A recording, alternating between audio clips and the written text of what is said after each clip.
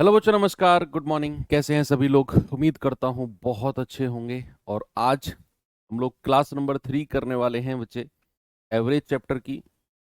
और दो क्लास हो चुकी हैं, तीसरी क्लास है और अभी एक क्लास इसमें और लगेगी। मुझे लग रहा था कि मैं 3 क्लास में इसको एंड कर दूंगा, लेकिन बहुत सारी चीज़ें थी, इम्पोर्टेंट भी थी और छूट जाती अगर हम 3 क्लास में इसको समेटने की कोशिश करते तो। एनीवे, चीज़ें होनी चाहिए, चाहे एक क्लास और एक्स्ट्रा लग जाए, कुछ होना नहीं चाहिए जो आपके एग्जाम पॉइंट ऑफ व्यू से बहुत इंपॉर्टेंट है। चलिए करते हैं शुरुआत अपनी क्लास नंबर 3 की। और एक होमवर्क था शायद, जल्दी से मुझे इसका जवाब बता दो क्या होगा। कल होमवर्क दिया था आप लोगों को, सवाल है 1 से 11 तक लगातार सम संख्याओं के वर्गों का औसत। मैंने आपको 5 फॉर्मूले लिखवाए थे, उन 5 फॉर्मूले से अलग ये सवाल है। इसमें जो भी बच्चा n+1 2n+1/6 लगाने की कोशिश कर रहा है, प्लीज आप ये देखो कि उसने प्राकृतिक संख्या नहीं बोली, सम संख्या बोली है। तो सम संख्याओं का स्क्वायर, बच्चे 1 का स्क्वायर क्या होता है? 1। 2 का स्क्वायर क्या होता है? 4।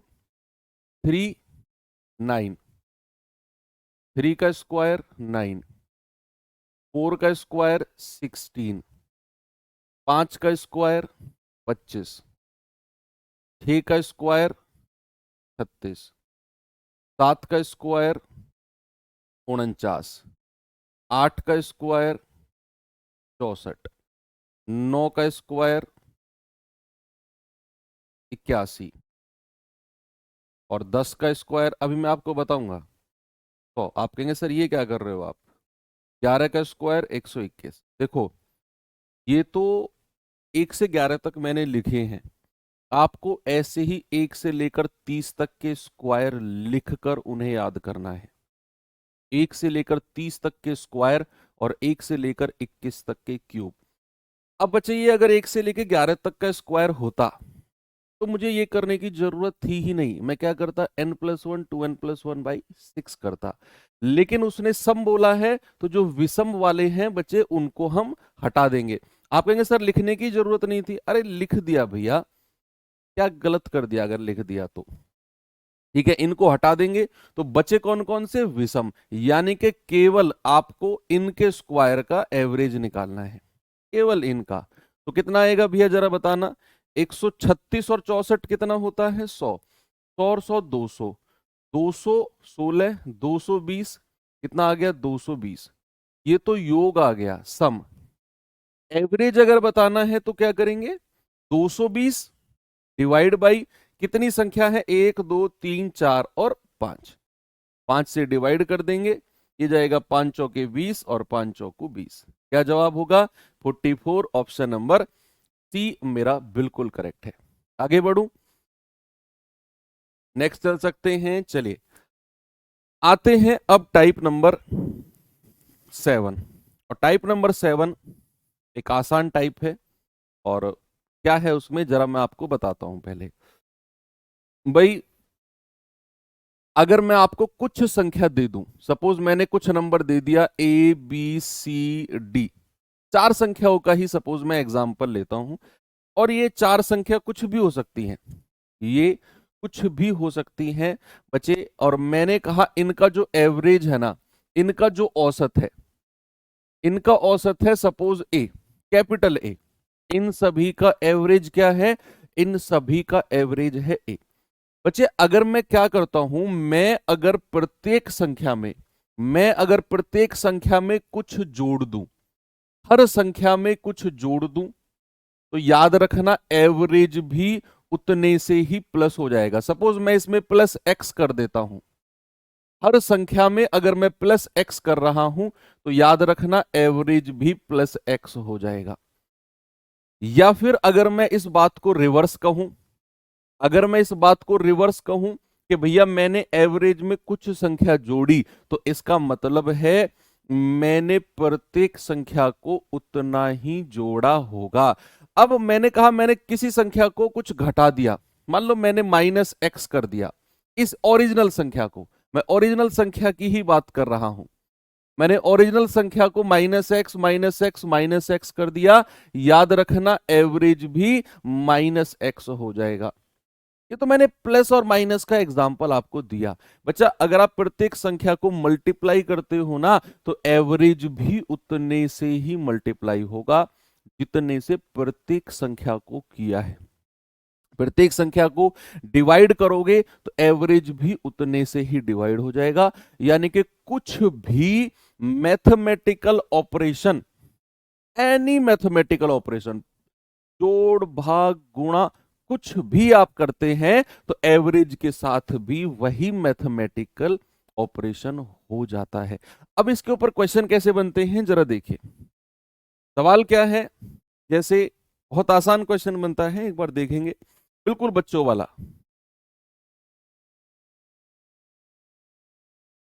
जल्दी से बताइए। हाँ, अलग अलग प्लस माइनस अगर है तो फिर वो जैसे मान लो ऐसा है कि प्रत्येक संख्या के साथ होना चाहिए। प्रत्येक संख्या के साथ मान लो आपने पहले कुछ संख्या जोड़ी, फिर हर संख्या में कुछ घटा दिया, तो एवरेज में भी पहले जुड़ेगा फिर घट जाएगा। ऐसा नहीं है कि आपने आधी संख्याओं में जोड़ा आधी में घटाया, किसी में जोड़ा किसी में घटाया, तो फिर एवरेज क्या होगा? फिर एवरेज का कोई डायरेक्ट रूल नहीं होता है, फिर आपको मैनुअली निकालना पड़ता है ना। ये तो मैंने आपको डायरेक्ट रूल बताया है, फिक्स पैटर्न है कि अगर प्रत्येक संख्या में कोई भी मैथमेटिकल ऑपरेशन करते हो, एवरेज में भी वही होता है। 12 संख्याओं का एवरेज कितना है? 30। अगर प्रत्येक संख्या में 3 की कमी कर दी जाए तो नया औसत क्या होगा?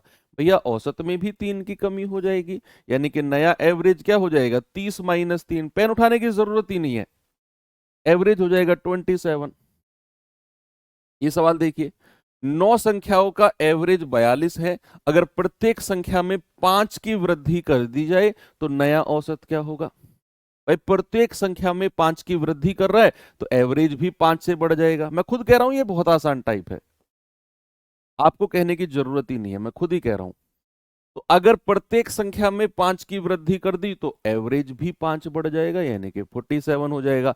अगर मैं आगे बढ़ूं, अगला सवाल कि 36 संख्याओं का एवरेज 432 है, अगर प्रत्येक संख्या को 9 से विभाजित कर दिया जाए तो नया औसत क्या हो जाएगा? बच्चे बताएंगे। भाई प्रत्येक संख्या को 9 से डिवाइड कर रहा है, प्रत्येक संख्या को, तो औसत भी 9 से डिवाइड हो जाएगा, यानी कि जो मेरा औसत 432 है वो भी 9 से डिवाइड कर दो, क्योंकि उसने प्रत्येक संख्या को 9 से डिवाइड किया है। तो 48 आपका जवाब होगा, ऑप्शन नंबर बी। एक दो दिन में शायद मुझे ऐसा लगता है कि आपका वो आना शुरू हो जाएगा अब। अगर सब कुछ ठीक चलता रहा तो स्लॉट बुकिंग वगैरह शुरू हो जाएगी, क्योंकि दिल्ली पुलिस का भी एग्जाम हुआ था तो 20 दिन पहले शायद स्लॉट बुकिंग शुरू हुई थी।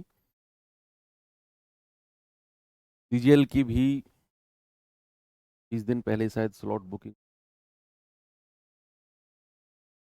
आपका भी अगर 23 से एग्जाम है तो ये मान के चलो फर्स्ट वीक, फरवरी के फर्स्ट वीक में आपका स्लॉट बुकिंग। तो जिसको जो स्लॉट चाहिए भैया पहले से डिसाइड कर लो, और सोच लो कि जब कभी सोच रहे हो कि जब स्लॉट बुकिंग ओपन होगी तब वेबसाइट खोल के तभी सोचूंगा कौन सा भरूं, पूरा प्लान कर लो दिमाग में पहले ही कि ये नहीं तो ये नहीं तो ये, पहले पे ये रखूंगा दूसरे पे ये रखूंगा, पूरी प्लानिंग यहाँ कर लो। ये नहीं मिला तो यहाँ रखूंगा और यहाँ जाऊंगा कैसे कैसे, कोई रिलेटिव है क्या मेरा वहां, तो ऐसी प्लानिंग करके स्लॉट बुकिंग की अपनी प्रिपरेशन कर लो पहले से ही। कह रहे एक्स संख्याओं का एवरेज 3x है, यदि प्रत्येक संख्या में x-1 घटा दिया जाए तो नया औसत क्या होगा? तो नया औसत क्या होगा?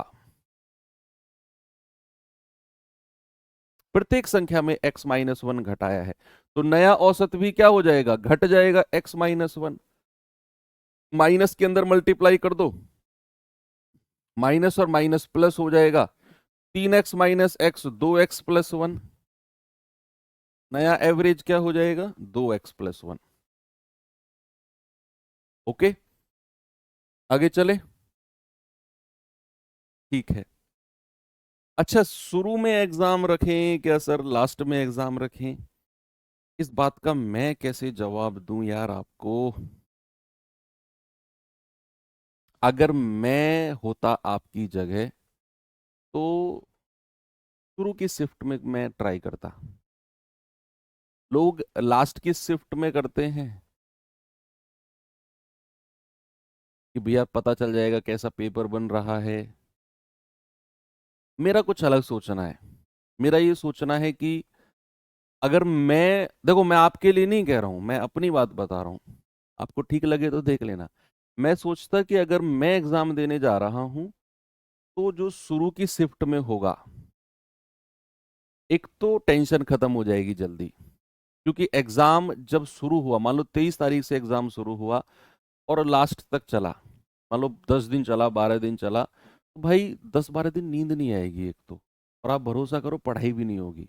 आप एनालिसिस ही ढूंढते रह जाओगे यूट्यूब पर, ना तो ढंग से खा पाओगे, ना ढंग से सो पाओगे, और ना ढंग से पढ़ पाओगे। तो फिर ऐसे दुख दुख होती रहती है, पता नहीं आज कैसा पेपर आया, आज कैसा आया, पता नहीं मेरा कैसे आएगा, पता नहीं। और ये एक प्रोसेस है कि अगर पेपर लास्ट की शिफ्ट तक जाता है तो अनप्रेडिक्टेबल हो जाता है। फिर ऐसा मत सोचना कि शुरू में जो आया वही फ्लो लास्ट तक रहेगा, नहीं, वो चीजें अब चेंज हुई हैं। तो शुरू में अगर हम रखते हैं, हालांकि वो चीज रैंडम चलती है, लेकिन शुरू में अगर हम रखते हैं तो कहीं ना कहीं ज्यादा पढ़ी लिखी जीएस आ जाती है शुरू में। और अगर मान लो टफ पेपर भी आया, सपोज दैट अगर आया, तो शुरू वाली शिफ्ट को ज्यादा नॉर्मलाइजेशन मिल जाता है। फिर नॉर्मलाइजेशन का कॉन्सेप्ट है, तो ये डरना ही नहीं है कि शुरू में रखें लास्ट में रखें। अब होली आ गई, 23 फरवरी से पेपर है, अब होली आ गई तो शुरू में अपना पेपर दे के होली अच्छे से सेलिब्रेट करो ना। होली पे बैठे हो तुम सर पकड़ के, पेपर पता नहीं कैसा आएगा, ये और वो, होली निकल गई, साल में एक ही त्योहार आता है, शुरू में पेपर तो एंजॉय करो अच्छे से यार। ओके, चलिए अब बात करते हैं क्रमागत संख्याओं की। क्रमागत संख्या, क्रमागत संख्या, कॉन्जिक्यूटिव नंबर्स, कॉन्जिक्यूटिव नंबर्स। कोई बताएगा मुझे कॉन्जिक्यूटिव नंबर्स क्या होते हैं, क्रमागत संख्याएं क्या होती हैं। बच्चे क्रमागत संख्याएं होती हैं a series of numbers, a series of numbers, कुछ नंबर्स आपको दे देगा और जिनमें डिफरेंस बराबर चलता रहेगा पूरी सीरीज में। अब वो डिफरेंस एक का भी हो सकता है, दो का भी हो सकता है, 10 का भी हो सकता है, 1000 का भी हो सकता है, लेकिन वो डिफरेंस बराबर चलेगा। हमने कल जो फॉर्मूले पढ़े थे, 5 फॉर्मूले, वो प्रथम से शुरू थे। आपने नोटिस किया होगा प्रथम से शुरू थे, है ना। कि लेकिन अब हम जो पढ़ने वाले हैं प्रथम नहीं, कहीं बीच में से भी ले लेगा, लेकिन उनका डिफरेंस बराबर रखेगा। क्या रखेगा, डिफरेंस बराबर। मान लो मैंने कोई संख्या ले ली A B C D और E, तो बच्चे इनका जो डिफरेंस होगा ना, इनका डिफरेंस हमेशा बराबर रहेगा। मान लो डिफरेंस मैंने x बोल दिया, तो यहां भी डिफरेंस x, यहां भी डिफरेंस x, और यहां भी डिफरेंस x। हर दो संख्याओं के बीच डिफरेंस बराबर रहेगा। स्लॉट बुकिंग क्या होता है बच्चे, गूगल वो कर लेना, यूट्यूब कर लेना, खाली समय में कर लेना, एसएससी स्लॉट बुकिंग क्या होता है, कोई ना कोई समझा दिया होगा। खाली यूट्यूब पर खाली लोग बहुत बैठे होते हैं। ठीक है, तो अभी फिलहाल पढ़ाई पे फोकस कर लो। ओके, यूट्यूब कर लेना, स्लॉट बुकिंग क्या होता है, एसएससी समझो। अब मैंने कहा ये संख्याएं दी हुई हैं 4-5, इनके बीच का जो डिफरेंस है वो बराबर चलेगा। अब मैं कुछ एग्जाम्पल लिख रहा हूं, जैसे प्राकृतिक संख्याओं के बारे में मैं कह सकता हूं 14, 15, 16, 17, 18। मैंने कुछ नंबर्स लिए, मैंने प्राकृतिक संख्याओं को लगातार लिखा, तो 14, 15, 16, 17, 18। क्या इन सभी का डिफरेंस 1 1 1 1 1 चल रहा है? यस, हाँ जी सर बिल्कुल चल रहा है। क्या मैं ऐसे भी कह सकता हूं कि 19, 21, 23, 25, 27, क्या ये प्राकृतिक संख्याएं हैं? सर ये है लेकिन विषम है, क्या ये कॉन्जिक्यूटिव नहीं होंगी? बोलिए, क्या ये क्रमागत नहीं होंगी?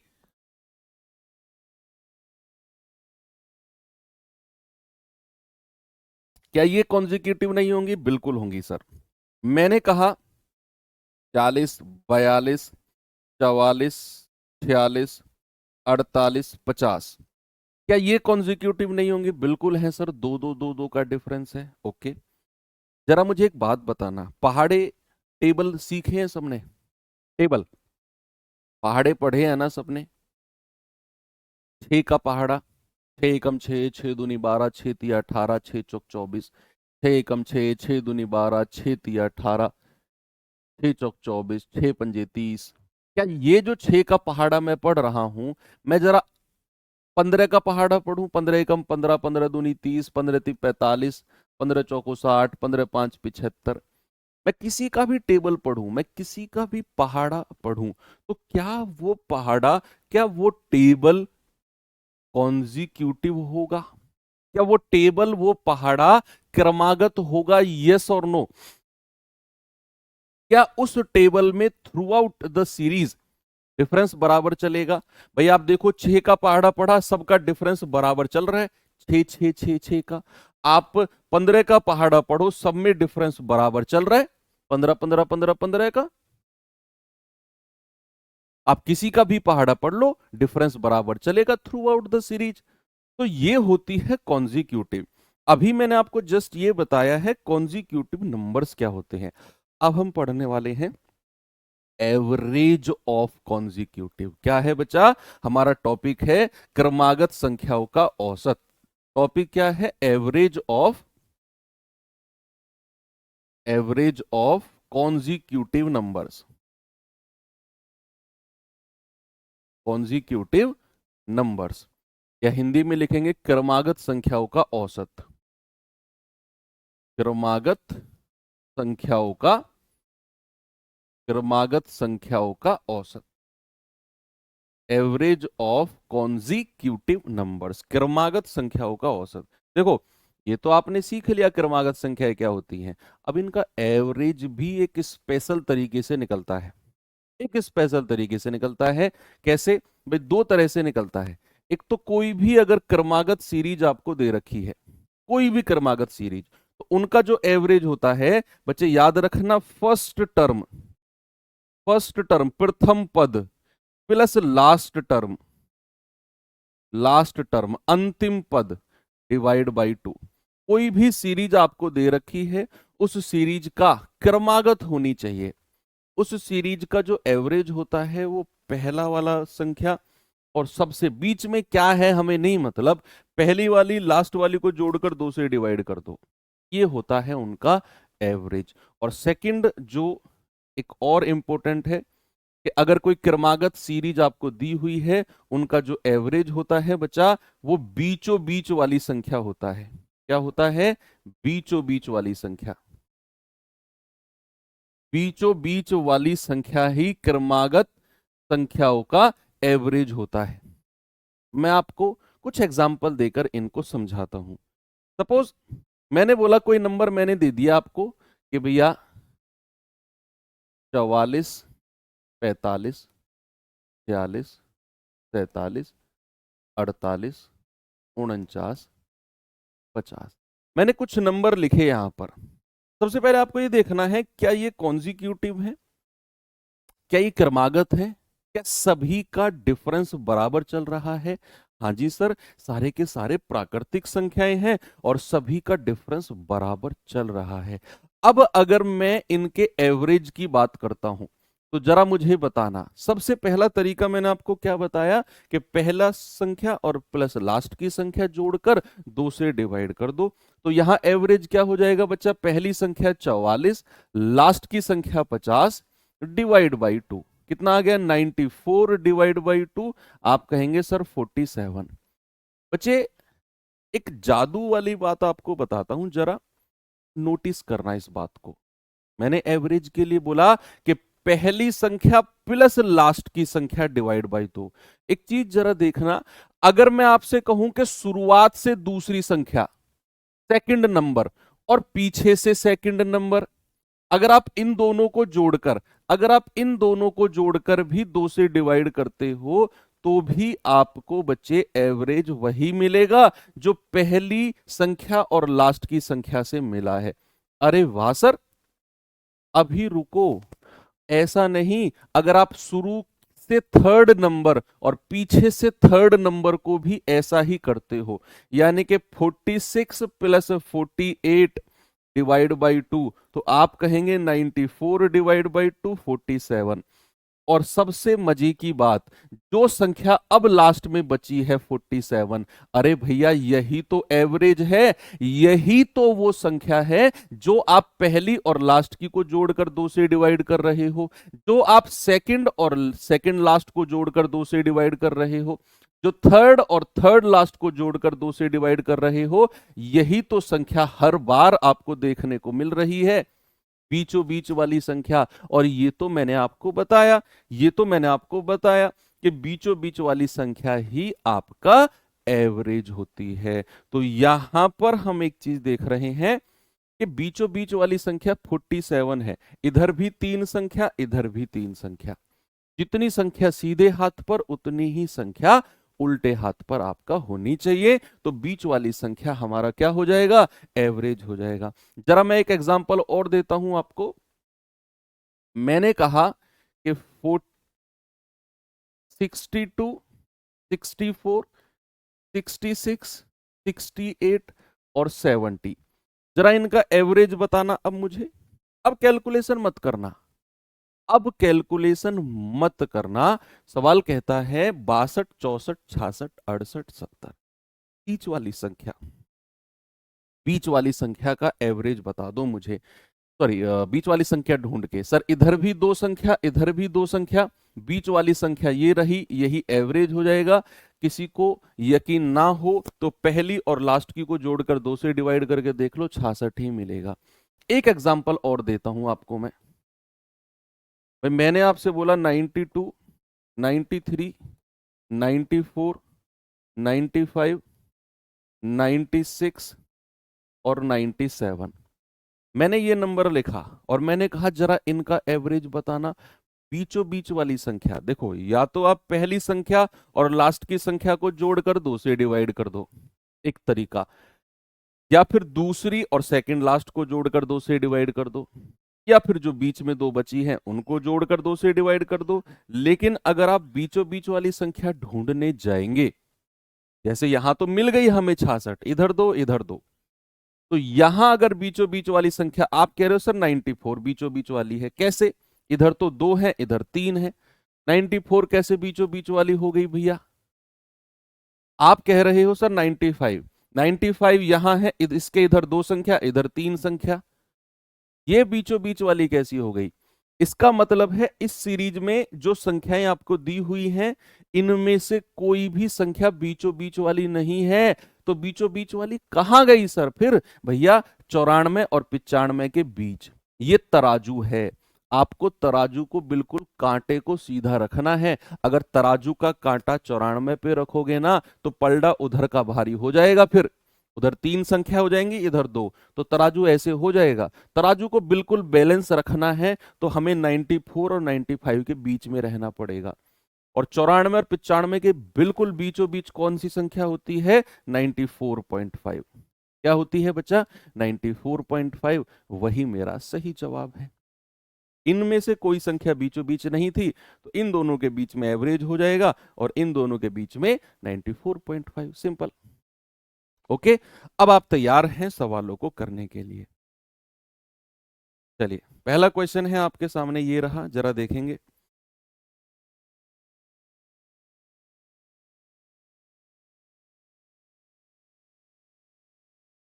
सवाल है 8 क्रमागत संख्याओं का औसत है 6.5। 8 क्रमागत संख्याओं का औसत है 6.5, सबसे छोटी और सबसे बड़ी का एवरेज क्या होगा। अरे भैया, जो क्रमागत संख्याओं का औसत होता है, तो सबसे छोटी और सबसे बड़ी को जोड़कर 2 से डिवाइड कर दो।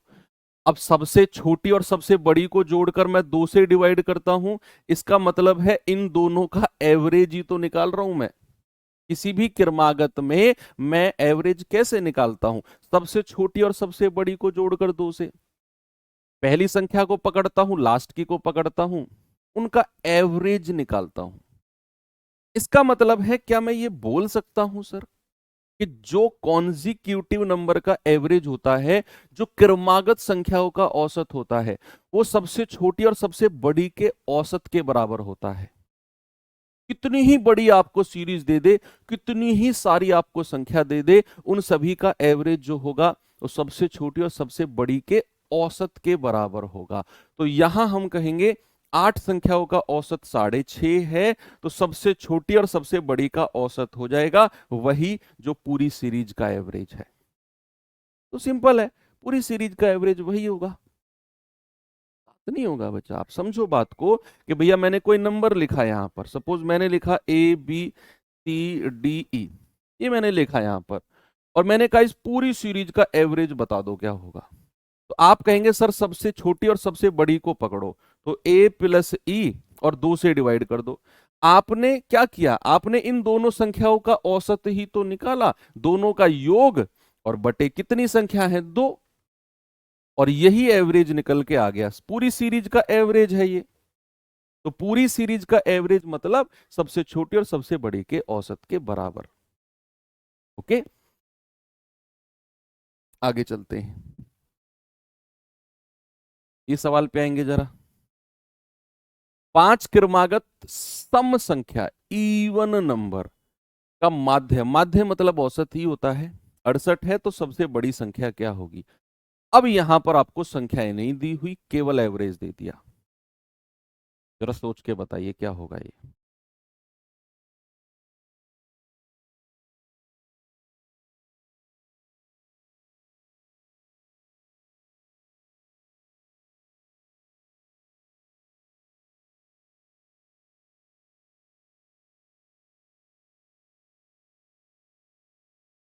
कह रहा है 5 क्रमागत सम संख्या है। अब क्रमागत का मतलब क्या होता है? लगातार। क्या होता है क्रमागत का मतलब? लगातार। यानी कि 1 2 3 4 और 5, ये 5 नंबर मैंने यहां पर लिख दिए, 1 2 3 4 और 5। मुझे नहीं पता क्या नंबर होंगे, लेकिन मुझे ये पता है कि अगर ये क्रमागत है, अगर ये कॉन्जिक्यूटिव है, तो इनका एवरेज बिल्कुल बीचों बीच वाली संख्या होगी। तो क्या इधर भी दो संख्या, इधर भी दो संख्या, क्या एवरेज वाली संख्या जो होगी वो ये होगी? बोलो, क्या औसत वाली संख्या जो होगी क्या वो ये संख्या होगी? क्योंकि इधर भी दो, इधर भी दो। आप कहेंगे हाँ जी सर, और एवरेज तो 68 दिया हुआ है। भाई एवरेज तो दिया हुआ है 68, यानी कि ये संख्या जो होगी ये 68 हो जाएगी।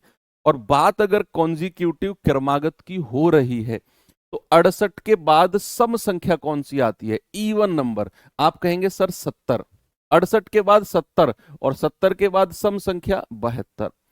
68 से पहले 66 और 66 से पहले 64। क्या पांचों संख्या आपको मिल चुकी हैं? आपको जस्ट एवरेज पता था, आपने उसको प्लेस किया और सारी संख्याएं निकल के आ गई। उसने कहा सबसे बड़ी संख्या 72, सबसे छोटी संख्या कहेगा तो 64। चलिए आगे बढ़ते हैं, ये सवाल करेंगे जरा।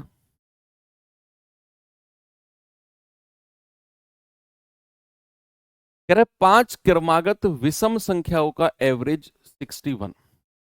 5 क्रमागत विषम संख्याओं का एवरेज 61 है, तो इनमें से सबसे छोटी, सबसे पहले ये देखो कितनी संख्या है? 5 है, तो 5 प्लेस बना लो, 1 2 3 4 5, 5 प्लेस बना लिया आपने। अब सवाल कहता है कि क्रमागत है, क्रमागत है तो एवरेज क्या होगा? बिल्कुल बीचों बीच वाली संख्या होगा। अब सवाल कहता है कि भैया एवरेज तो 61 है, तो बीचों बीच वाली संख्या 61 हो जाएगी।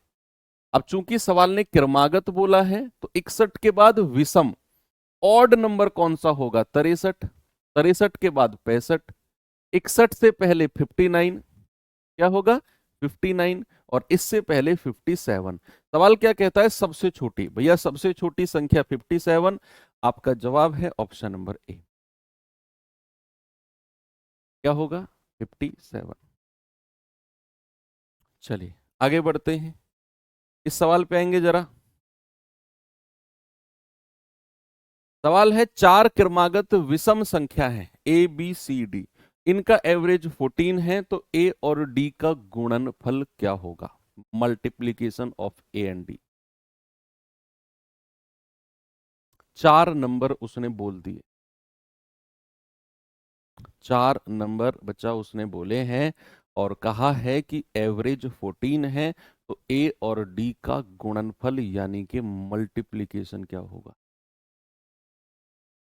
अब आप देखो, चार संख्या बोली है, 1 2 3 और 4, क्रमागत बोली है, तो एवरेज बीचों बीच वाली संख्या होगा।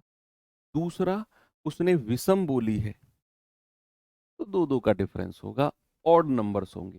और एवरेज जो होता है क्रमागत का बच्चा, वो बीचों बीच वाली संख्या होती है, बिल्कुल बीचों बीच। देखो ये ए है, ये बी है, ये सी है और ये डी है। अब बीचों बीच वाली संख्या ना तो बी हो सकती है ना सी हो सकती है, तो कहीं ना कहीं इनके दोनों के बीच में ही एवरेज होगा, जो कि हमें 14 दिया हुआ है। इन चारों संख्याओं में से कोई सी भी संख्या 14 नहीं है, कोई सी भी संख्या एवरेज नहीं है, इन दोनों के बीच वाली संख्या ही एवरेज है। अब आप मुझे बताओ, 14 से अगली विषम संख्या, ऑड नंबर नेक्स्ट टू 14 क्या होगी।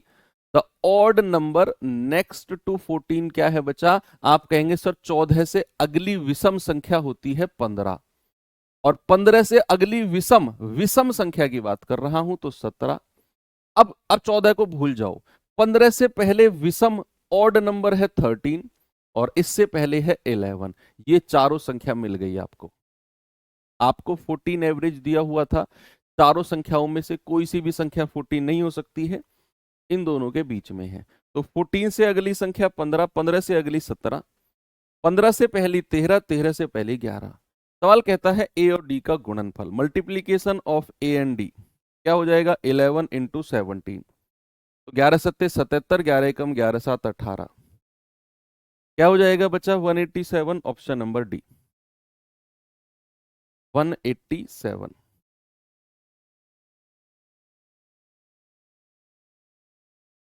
सही है। चलिए जरा ये सवाल का जवाब बताना मुझे।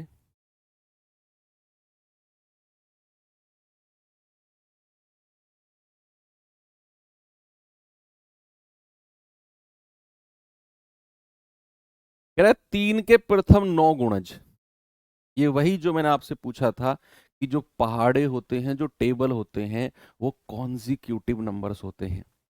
तो 3 के प्रथम 9 गुणज का मतलब है कि आपको 3 का पहाड़ा पढ़ना है और 9 बार पढ़ना है, 3 नाम 27 तक। अब आपको लिखना नहीं है, 3 के प्रथम 9 गुणज ऐसे नहीं लिखना है, 3 एकम 3, 3 दूनी 6, 3 तिया 9, और चले गए 9 गुणज निकालने, नहीं। आपको केवल पहला गुणज और अंतिम गुणज चाहिए, क्योंकि ये तो हमें पता है कि जो इसके प्रथम गुणज होंगे वो कॉन्जिक्यूटिव होंगे, वो क्रमागत होंगे। अब अगर क्रमागत है तो हमें पहला पद और लास्ट का पद चाहिए, फर्स्ट टर्म और लास्ट टर्म चाहिए। तो 3 का पहला गुणज क्या होगा, 3 एकम 3, फिर दूसरा गुणज 3 गुणा 2, तीसरा चौथा पांचवा, और ऐसा करते करते सबसे लास्ट का गुणज होगा 3 गुणा 9। तो पहला गुणज मिल गया 3, अंतिम गुणज मिल गया 27। तो एवरेज क्या हो जाएगा बच्चा, एवरेज हो जाएगा पहला टर्म प्लस लास्ट का टर्म डिवाइड बाई 2, यानी कि 30/2, और आप कहेंगे 15, क्या कहेंगे 15, ऑप्शन नंबर बी मेरा बिल्कुल सही जवाब है। आपको बीच वाले टर्म निकालने की जरूरत ही नहीं है भैया, वो चाहे अब 9 गुणज कहे 900 गुणज कहे। अब जैसे मैं आपसे एक क्वेश्चन पूछने लगूं कि जरा मुझे बताना 11 के प्रथम 18 गुणज, का एवरेज का औसत, average of first 18 multiples of 11, average of first 18 multiples of 11। तो क्या करेंगे आप, क्या 18 बार 11 की गुणा करके फिर देखेंगे क्या? नहीं, आपको पता है 11 का पहाड़ा 18 बार पढ़ना है, तो पहला गुणज क्या हो गया, 11 एकम 11, दूसरा तीसरा चौथे से मतलब नहीं है, सबसे लास्ट वाले पे आ जाओ, 11 गुणा 18, तो पहला 11 एकम 11, ये आ जाएगा 198 होगा। तो हमें एवरेज निकालना है, तो 11 प्लस 198 डिवाइड बाई 2 कितना आ जाएगा, 1209 डिवाइड बाई 2 क्या आ जाएगा, 104.5, कितना आ जाएगा, 104.5। ओके, चलिए आगे बढ़ते हैं, एक सवाल और देता हूं, ऐसा ही है मेरे पास, बताएंगे जरा इसका जवाब।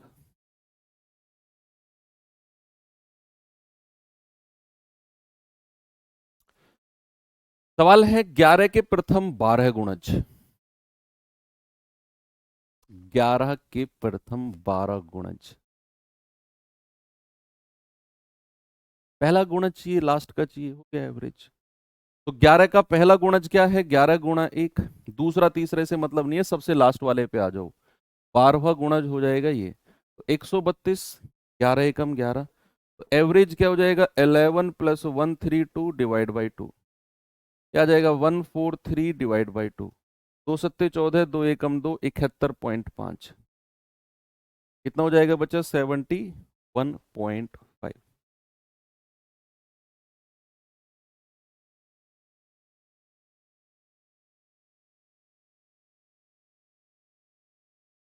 चलें आगे, चलो एक सवाल और देखते हैं, ये सवाल देखना जरा, कह रहा है 9 क्रमागत संख्याओं का औसत n है, अगर मैं अगली दो संख्या भी शामिल कर लूं तो नया औसत क्या हो जाएगा। इसे पहले मैं आपको डिटेल में बताऊंगा और फिर इसका मैं आपको एक शॉर्ट ट्रिक बताऊंगा। नेक्स्ट टाइम अगर ऐसा क्वेश्चन मिलेगा तो पेन मत उठाना, जरूरत भी नहीं पड़ेगी। पहले वो क्यों मैं ऐसा होगा उसकी डिटेल में देखते हैं। कह रहा है 9 क्रमागत संख्याओं का औसत n है, अगली दो संख्या, तो ये क्रमागत संख्या बोली है उसने, ये प्राकृतिक संख्याओं की बात कर रहा है, केवल नेचुरल नंबर्स की बात कर रहा है। तो 9 संख्या लिख लो, कोई भी, जरूरी नहीं है प्रथम एक से ही शुरू करना है ना, आपकी मर्जी है, कहीं से भी उठा लो बीच में से, लेकिन वो क्रमागत प्राकृतिक संख्या होनी चाहिए, ऐसा कुछ नहीं है 1 से ही लेना है। मैं 7 से ले रहा हूं, 7 8 9 10 11 12 13 14 15 16 1 2 3 4 5 6 7 8 9, यही लिख लेता हूँ 15, है ना, 9 हो गई ना, 1 2 3 4 5 6 7 8 9।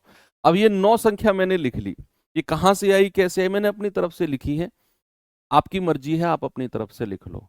अब इनका एवरेज होगा बीचों बीच वाली संख्या, यानी कि 4 संख्या इधर 4 इधर, एवरेज हो जाएगा 11, एवरेज क्या हो गया 11। तो क्या मैं इसी को n की वैल्यू कह दूं, सवाल कह रहा है n है एवरेज, 9 संख्याओं का एवरेज n है, तो मैंने कह दिया कि भैया जो एवरेज 11 आया है ना, ये n है। अब कह रहा है अगली दो संख्या भी ले लो, तो 15 से अगली संख्या क्या होती है 16, और 16 से अगली संख्या क्या होती है 17, तो 16 और 17 को भी ले लिया आपने, तो अब नया एवरेज क्या हो जाएगा, पहली संख्या और लास्ट की संख्या डिवाइड बाई 2, तो 7 प्लस 17 डिवाइड बाई 2, यानी कि 24/2, एवरेज क्या हो जाएगा 12। भाई अब अगली दो संख्या अगर मैं ले रहा हूं, मैंने शुरू की 9 संख्या ली, एवरेज आया बीच वाली संख्या 11, उसको n बोल दिया मैंने। सवाल करा अगली दो संख्या भी ले लो, अगली दो यानी कि 15 से अगली 16, 16 से अगली 17। अब मेरी सीरीज 7 से शुरू होगी और 17 तक जाएगी, या तो अब बीचों बीच वाली संख्या ढूंढ लो 12 को, या नहीं भी कर रहे हो तो पहली संख्या प्लस लास्ट की संख्या जोड़कर 2 से डिवाइड कर दो, नया एवरेज आ गया 12। अब सवाल कहता है तो नया average increase by 2, remain same, increase by 1, increase by 1.5, पुराने एवरेज से कितना ज्यादा होगा, पुराना एवरेज कितना था 11, नया एवरेज 12, तो क्या नया एवरेज इंक्रीज बाय 1 होगा। पुराने से एक ज्यादा हो जाएगा, यानी कि अगर आप अगली दो संख्या लेते हो तो एवरेज बढ़ता है एक से।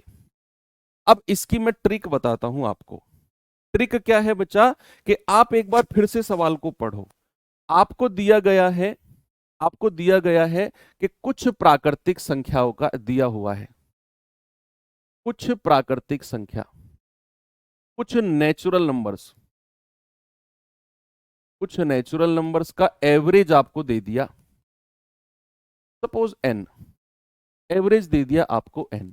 अब सवाल कहेगा अगर वो अगली, आपसे कहेगा अगर वो अगली या नेक्स्ट अगली, मान लो आपसे कहेगा x संख्या, अगली x संख्या और ले ले, और ले, अगली और संख्या और सम्मिलित कर ले, इंक्लूड कर ले, तो नया एवरेज क्या हो जाएगा, नया एवरेज। तो याद रखना बच्चे, नया एवरेज हो जाएगा। पुराने एवरेज में जोड़ना है क्या, x का आधा, x का आधा, पुराने एवरेज में जोड़ना है x का आधा। जितनी वो संख्या जोड़ रहा है ना, उस संख्या का आधा कर दो, एवरेज उतना प्लस हो जाएगा। अब जैसे उसने कहा कि 9 क्रमागत का एवरेज n है, अगली दो संख्या और ले ले तो एवरेज कितना इंक्रीज हो जाएगा, अगली संख्या x और डिवाइड बाई 2, तो 2/2, यानी कि एवरेज जो है वो +1 हो जाएगा। पुराना एवरेज अगर n है, नया हो जाएगा n+1, यानी कि इंक्रीज बाई 1। मान लो अगर क्वेश्चन में आपसे कहता, मान लो अगर क्वेश्चन में आपसे कहता कि अगली 10 संख्या, सपोज अगर वो कहता अगली 10 संख्या और ले लो, अगली 10 संख्या, तो आपका नया एवरेज कितने से इंक्रीज हो जाता। अगर वो ये कहता अगली 10, नेक्स्ट 10 नंबर्स और ले लो, तो आप कहेंगे सर प्राकृतिक संख्याओं का एवरेज n, अगली 10 संख्या लेता तो एवरेज हमारा 10/2, यानी कि एवरेज हमारा 5 बढ़ जाता। एवरेज कितना इंक्रीज हो जाता, एवरेज हमारा 5 इंक्रीज हो जाता। अगर वो कम करने को कहेगा तो उतना ही कम हो जाएगा, डिवाइड बाई 2 करके। बढ़ाने को कहेगा बढ़ जाएगा, कम करने को कहेगा तो कम हो जाएगा। ये तो केवल प्राकृतिक संख्याओं की बात है। अगर वो सम प्राकृतिक या विषम प्राकृतिक, इवन नेचुरल या ऑड नेचुरल कहेगा तो क्या करें, उस केस में ये n/2 नहीं लगेगा। जैसे ये रहा क्वेश्चन आपके सामने, कह रहा 5 क्रमागत विषम, विषम संख्याओं का एवरेज है कि यदि अगली 3 विषम संख्या भी मैं सम्मिलित कर लूं तो नया एवरेज पुराने वाले से कितना बढ़ जाएगा, पुराने वाले से कितना ज्यादा हो जाएगा नया एवरेज, बताएंगे जरा।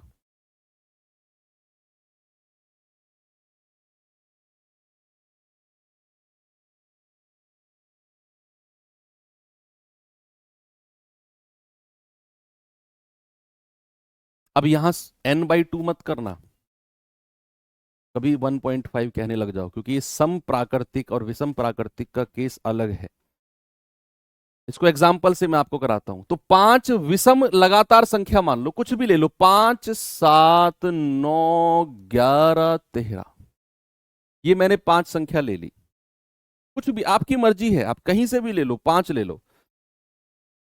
इनका एवरेज क्या होगा, बिल्कुल बीचों बीच वाली संख्या, और उसने एवरेज बोला है के, तो के की वैल्यू हो जाएगी 9। सवाल कह रहा है अगली 3 विषम संख्या भी ले लो, 13 से अगली 15, फिर 17 और फिर 19, तो अब एवरेज क्या हो जाएगा बच्चा, अब एवरेज हो जाएगा पहली संख्या प्लस लास्ट की संख्या डिवाइड बाई 2, 19 और 5 24/2, दैट इज 12। तो नया एवरेज कितना हो गया 12। अब आप एक चीज चेक करो कितने से बढ़ा है, पहले था 9, अब हो गया 12, तो भैया एवरेज कितना बढ़ गया, +3, एवरेज कितना बढ़ गया, +3। यानी कि अगर सम प्राकृतिक या विषम प्राकृतिक संख्याओं की बात करेगा, लगातार क्रमागत का केस, चाहे ऑड चाहे इवन, जितनी संख्या जोड़ेगा एवरेज भी उतने से ही बढ़ेगा, कोई डिवाइड बाई 2 नहीं करना। जितनी वो संख्या जोड़ेगा एवरेज भी उतना ही इंक्रीज हो जाएगा, अगर वो ऑड या इवन क्रमागत संख्या कहेगा। लेकिन अगर वो कहेगा केवल नेचुरल, केवल प्राकृतिक संख्या, ऑड या इवन, सम या विषम नहीं लिखेगा, तो जितनी संख्या जोड़ेगा डिवाइड बाई 2, जितनी संख्या जोड़ेगा उसका आधा। ठीक है, सम या विषम के केस में जितनी संख्या उसने अगली 3 संख्या सम्मिलित करी, एवरेज भी 3 प्लस हो गया। अगर वो अगली 50 संख्या इंक्लूड करेगा, एवरेज भी प्लस 50 हो जाएगा। लेकिन किस केस में, चाहे विषम क्रमागत चाहे सम क्रमागत, दोनों के केस में जितनी संख्या वो आगे इंक्लूड कर रहा है, सम्मिलित कर रहा है, एवरेज भी उतने से ही प्लस होना है। एक गड़बड़ मत कर देना एग्जाम में अगर सवाल आ जाए तो। ओके, चलिए दोनों केस में, सम के या इवन के केस में भी सेम है, जितनी संख्या जोड़ेगा एवरेज भी उतना ही बढ़ेगा। चलिए आगे बढ़ते हैं, ये चीजें क्लियर हैं। अब मैं आपको कराता हूं बच्चा कुछ क्रिकेट वाले सवाल, क्रिकेट वाले क्वेश्चन कर लेते हैं, कुछ क्रिकेट बेस्ड क्वेश्चन।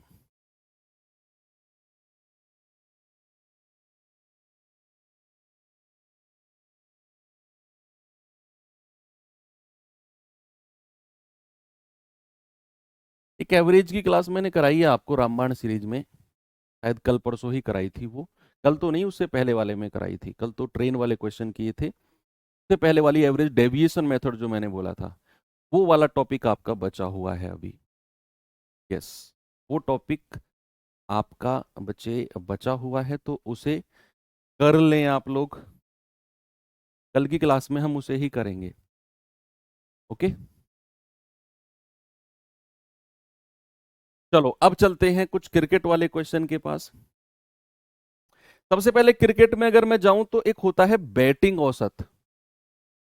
क्या होता है? बैटिंग औसत, बैटिंग, बल्लेबाजी, बैटिंग एवरेज, इसको क्या कहते हैं? बल्लेबाजी औसत। कोई बताएगा मुझे क्या होता है बल्लेबाजी औसत? क्या होता है भाई? बल्लेबाज, जिन्हें क्रिकेट की थोड़ी नॉलेज कम है उनके लिए मैं कह रहा हूं, जिनको पता है कोई टेंशन नहीं है। बल्लेबाजी औसत की अगर मैं बात करूं तो बल्लेबाजी औसत होता है बच्चा, कोई भी खिलाड़ी कितने रन प्रति मैच, कितने रन प्रति मैच बनाता है, कितने रन प्रति मैच बनाता है, वो होता है उसका बल्लेबाजी औसत। क्या होता है बच्चा? उसका बल्लेबाजी औसत, यानी कि बैटिंग एवरेज। हाँ, वही एग्जिट एंट्री वाला ही।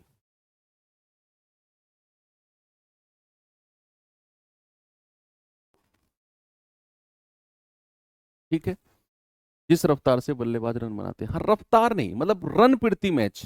अगर मैं कहूं तो रन प्रति मैच, एक मैच में उसने कितने रन बनाए, औसतन, औसतन एक मैच में कितने रन बनाए, वो होता है उसका बैटिंग। भाई हो सकता है किसी मैच में उसने 100 रन बनाए हो, किसी में 70 रह गए हो, तीसरे में 50 रह गए हो, चौथे में 150 बना दियो, पांचवें में 0 पे आउट हो गया हो, तो उसका एवरेज क्या होगा? सभी रन को जोड़कर जितने मैच खेले हैं उससे डिवाइड कर देंगे, वो आ जाएगा उसका बैटिंग औसत। ये वही एवरेज है जो नॉर्मली हमने पढ़ा हुआ है। तो चलिए अब हम करते हैं कुछ क्वेश्चन बैटिंग एवरेज के। तो पहला क्वेश्चन है, वही योग मेथड से करेंगे, वही योग मेथड से। कह रहा क्रिकेट की 10 पारी में एक बल्लेबाज द्वारा बनाया गया औसत 43 है, 10 पारी में एवरेज। अगली पारी में कितने रन बनाए ताकि उसका औसत 3 बढ़ जाए, ताकि उसका औसत 3 बढ़ जाए? बोलिए।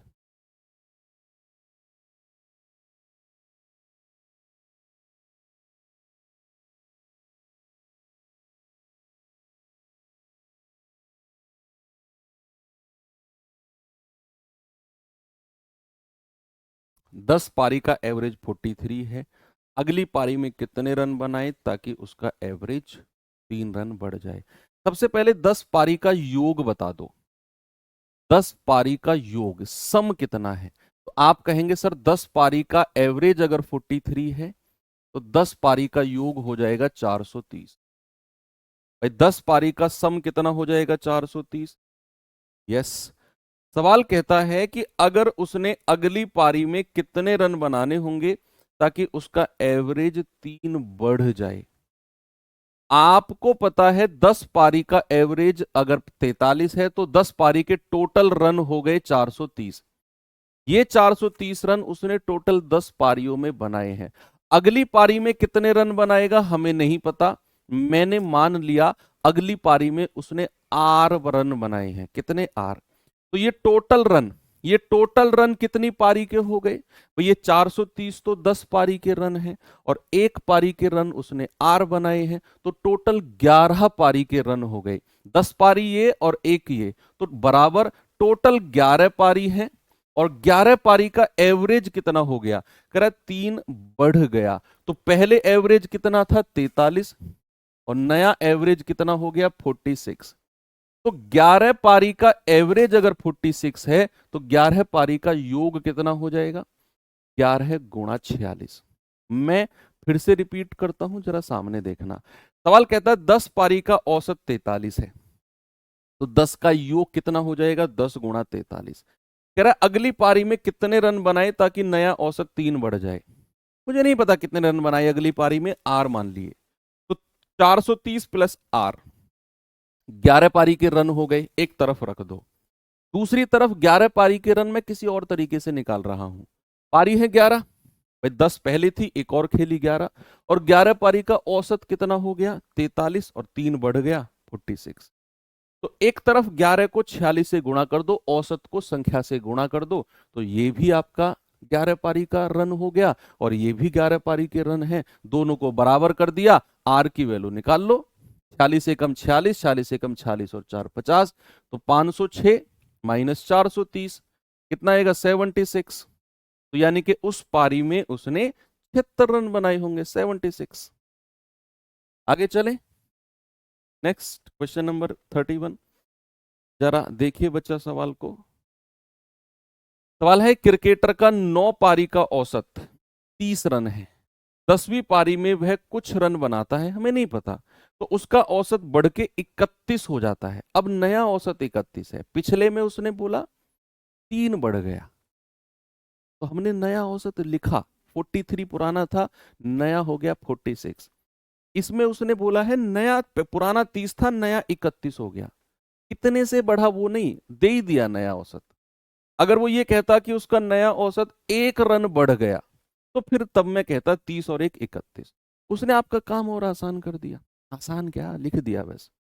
भाई 9 पारी का औसत अगर 30 है तो 9 का योग कितना हो जाएगा? 270। यानी कि 9 पारी में उसने टोटल 270 रन बनाए। 10वीं पारी में हमें नहीं पता, हमने मान लिया आर। तो ये हो गए टोटल 10 पारी के रन। अब मैं 10 पारी के रन कुछ और तरीके से निकालता हूं। पारी है 10 और 10 पारी का एवरेज 31 हो गया, तो 10 पारी के रन कितने हो जाएंगे? 10 गुणा 31। इस तरफ भी 10 पारी के रन है, इस तरफ भी 10 पारी के रन है, दोनों को बराबर कर दो, तो ये हो जाएगा 310 माइनस 270, यानी कि 10वीं पारी में मेरे भाई उसने 40 रन बनाए होंगे। Option number D. कितने रन बनाए हैं उसने 10वीं पारी में? 40 रन बनाए हैं। तो सिंपल, बताइए इसका जवाब।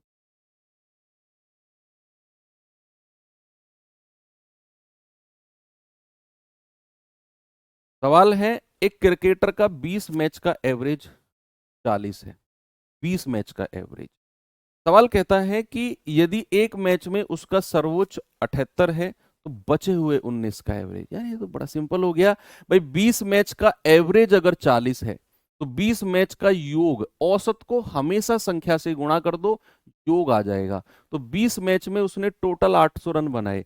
अब कह रहा है एक मैच में सर्वोच्च 78 रन है, एक मैच में हाईएस्ट उसका 78 है। तो अगर मैं इस 78 को हटा दूं तो 19 मैच का योग कितना हो जाएगा? 19 का सम।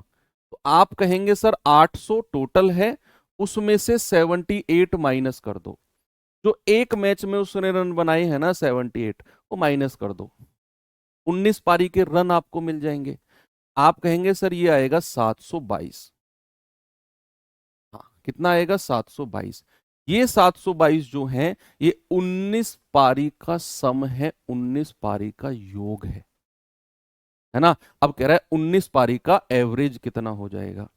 19 पारी का एवरेज हो जाएगा 722 बटा 19। 19 तिया 57, 19 अट्ठे 152।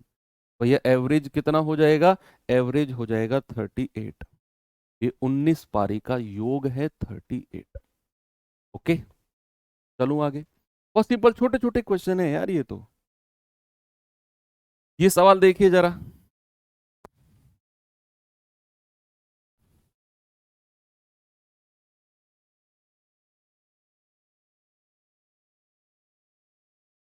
कह रहा है एक क्रिकेट खिलाड़ी कुल 9 पारी खेलता है, कुल 9 पारी। 10वीं तथा 11वीं पारी में उसके कुल 108 रन है, दोनों 10वीं और 11वीं में। 9 का एवरेज क्या है उसने नहीं दिया। 10वीं और 11वीं में टोटल 108 रन बनाए, जिससे उसका औसत स्कोर 12 घट गया। पुराना क्या औसत था नहीं दिया हुआ, लेकिन नया औसत 12 घट गया। कह रहा है बताओ कुल 11 पारी में उसने कितने रन बनाए होंगे, जल्दी से आप लोग मुझे बताएंगे।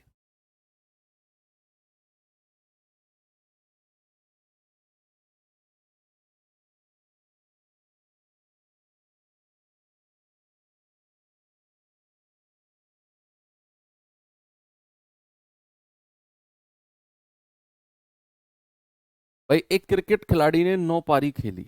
अब 9 का एवरेज हमें नहीं पता कितना है, तो मैं मान लूंगा कि 9 पारी का एवरेज, 9 पारी का औसत कुछ मान लो अपनी तरफ से। 9 पारी का औसत मान लो ए, कि भैया 9 पारी है उनका एवरेज ए रहा होगा। अगर 9 पारी का एवरेज है ए, तो क्या आप मुझे बता सकते हो 9 पारी का योग कितना हो जाएगा। 9a। आपने औसत को संख्या से गुणा कर दिया, तो 9 पारी का सम कितना हो गया 9a। अब सवाल कहता है कि 10वीं और 11वीं दो पारी में उसने टोटल 108 रन बनाए, तो 9 पारी का योग 9a, उसमें 108 जोड़ दो। पारी कितनी हो गई अब भाई, 9 पारी तो ये थी, दो पारी ये हो गई, पारी हो गई 11। पारी कितनी हो गई 11। कह रहा 11 पारी में अब उसका एवरेज 12 घट गया, यानी कि पुराना एवरेज अगर ए था तो घट के कितना हो गया A-12।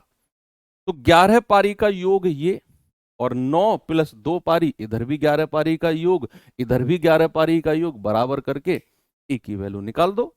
आप कहोगे सर 9a प्लस 108 बराबर 11a माइनस 132। ये 132 इधर आ जाएगा, 9a 11 में से घटेगा 2a। 132 और 108 कितना होता है 240, तो 2 से कटेगा 120 बार, यानी कि a की वैल्यू आ गई 120। तो a की वैल्यू 120 है। बच्चे अगर वो आपसे ये कहता कि 9 पारी का कितने रन बनाए हैं, 9 पारी में कितने रन बनाए हैं, तो आपका जवाब होता a की वैल्यू 120 आ गई, केवल 9a, केवल 9a। उसने क्या पूछा है कि कुल 11 पारी में कितने रन बनाए हैं, कुल 11। तो आप या तो a की वैल्यू इधर रख दो, ये भी 11 पारी के रन है, या फिर a की वैल्यू यहां रख दो, ये भी 11 पारी के रन है। किसी भी तरफ से आप रखकर निकाल सकते हैं, यहां रख दो। 11 गुणा 120 माइनस 12, तो कितना आएगा 11 गुणा 108, तो 11 अट्ठे 88, 11 एकम 11। तो टोटल 11 पारी के रन कितने हैं उसके, डबल वन डबल वेट। तो सिंपल। 132 कहां से आया, कौन सा 132, ये वाला। अरे 11 की ए में गुणा करी ये आ गया, 11 की 12 में गुणा करोगे 132 आएगा। 11 कहां से आया, 11 पारी है टोटल, टोटल 11 पारी है। 9 पारी तो उसने पहले खेली, और प्लस जो दो पारी है 10वीं और 11वीं, दो पारी में 108 रन हो गए, तो 9 प्लस 2 कितना हो गया 11 पारी हो गई। तो 11 पारी का एवरेज 12 घट गया, तो पुराना ए था तो नया हो गया A-12। और योग कितना हो जाएगा, औसत को संख्या से गुणा कर दिया। 132 11 के बारे में गुणा करके आया है। ओके, अच्छा सवाल है ये। चलिए इस क्वेश्चन को करेंगे। कह रहा है कि एक क्रिकेट खिलाड़ी का 40 पारी का एवरेज है 50। 40 पारी का एवरेज कितना है? 50। अब कहता है कि उसका उच्चतम और न्यूनतम रन से 172 रन ज्यादा है।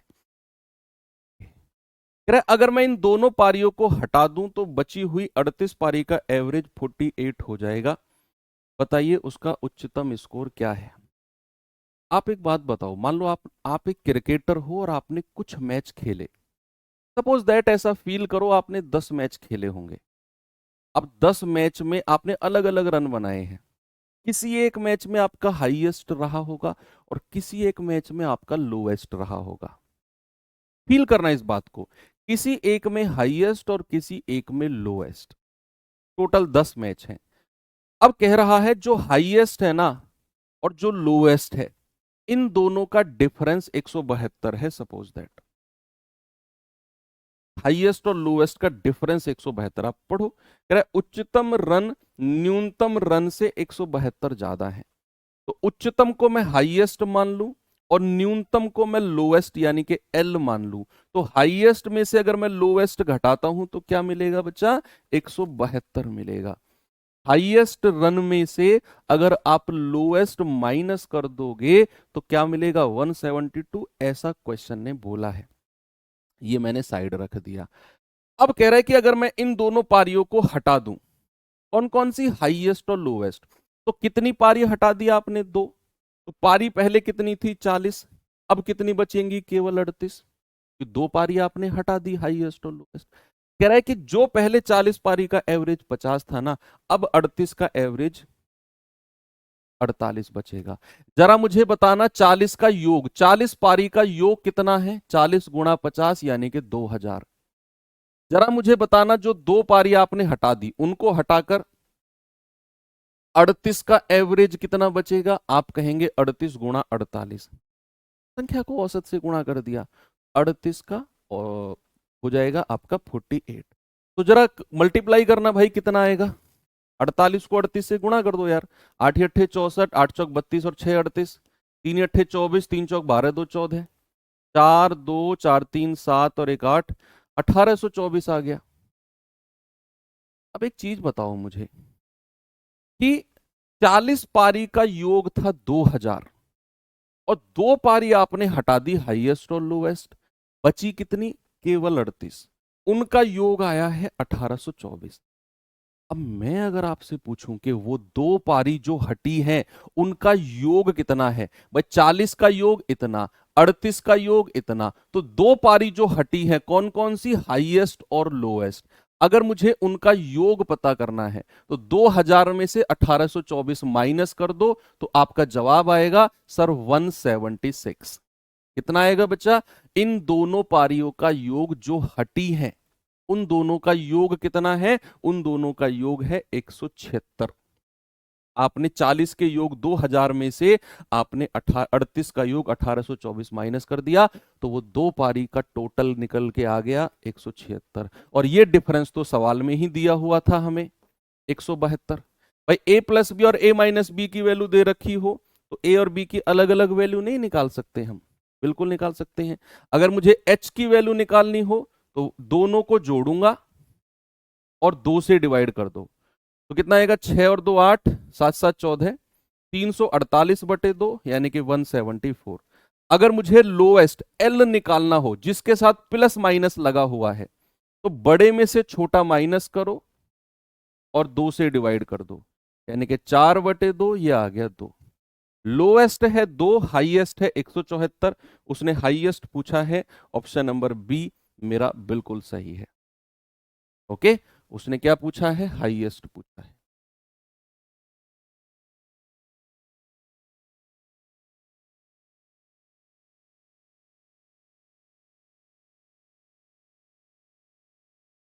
चलो ठीक है, एंड करते हैं अब यहीं पे। ओके, अब क्या है आपका, एक तो कुछ मिसलेनियस बचा हुआ, जो बॉलिंग एवरेज है ना वो इतना इंपॉर्टेंट नहीं है, वो मैं आप कहोगे तो 1 2 क्वेश्चन मैं आपको मिसलेनियस में करा दूंगा। ओके, हम चीजें फोकस्ड चीजों पर चल रहे हैं, bowling average is not important part. Miscellaneous में करा दूंगा फिर भी 1 2 क्वेश्चन आपको मैं। तो कल हम जो पढ़ेंगे वो हमारा एक तो डेविएशन वाला जो मैंने आपको रामबाण में भी कराया है, और कुछ मिसलेनियस क्वेश्चन। तो कल की क्लास में ये रहेगा, और कल क्या है, सैटरडे है, ठीक है। बात करते हैं कल कि संडे में क्लास करें या ना करें, कल डिसाइड करेंगे। ओके, तो मिलते हैं अब अगली क्लास में। Thank you, have a good day.